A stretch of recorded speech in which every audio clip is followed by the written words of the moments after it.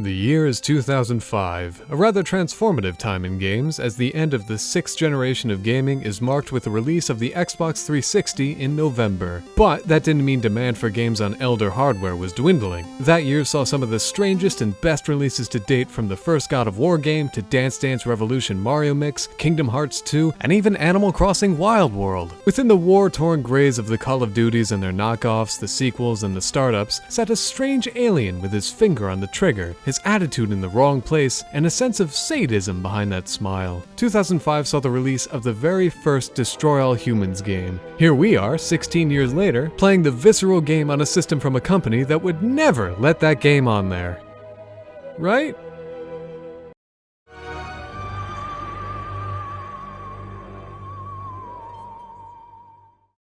Destroy All Humans begins with Cryptosporidium 136 flying near an assumedly deserted area on planet Earth. Unfortunately, after absent-mindedly, stupidly, and erratically pausing his UFO over a missile about to be launched, is blown out of the sky. He crawls inches from his ship before perishing. Light years away, Crypto's clone, Cryptosporidium 137, awakens and is briefed on the situation by his mission commander, Orthopox 13. They decide to get back at Earth for killing Crypto's clone. However, there is another reason to attack Earth, as we soon learn. As you explore the handful of locations, completing about 24 missions using your arsenal of weapons on hand as well as in your ship, you uncover a dastardly plot brewing within the America you're attempting to take over. Distrust is at an all-time high in America, and an alien invader definitely isn't helping. In comes Majestic, an extraterrestrial investigation force to get evidence, prove the theories, and track down Crypto before he can take over the world.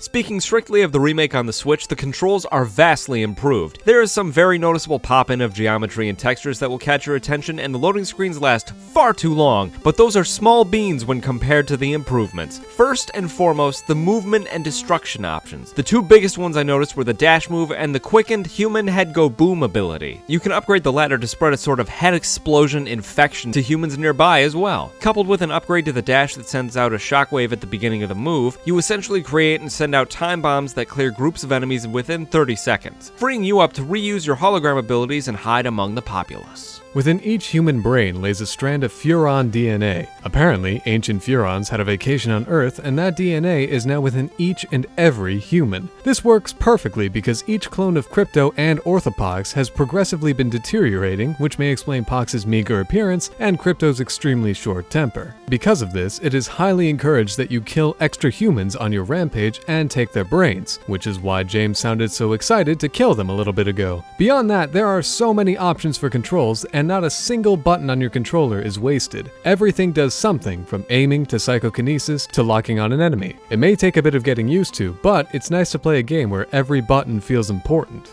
One final upgrade to this game that will forever make it stand above its predecessor: the removal of the stamina bar. In the original, when performing psychokinesis abilities, an on-screen bar would deplete, and upon depletion would leave Crypto wide open. With the elimination of the bar, you are much more freely able to escape, destroy, and continue playing without having to hide to recover. It was such a sigh of relief to know this, to be able to charge into piles of humans and chuck them into the distance with my now free-to-use mind powers.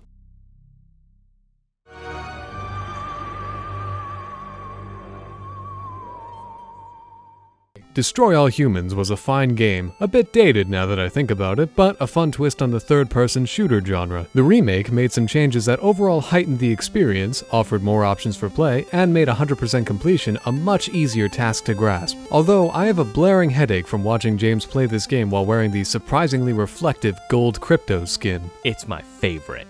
I could tell. Well, I could kind of tell as I shielded my eyes every time you turned the game on. But every time I think of getting him back for interrupting my mindless TV time with his wanton destruction game, I remember Crypto's famous words about getting perturbed.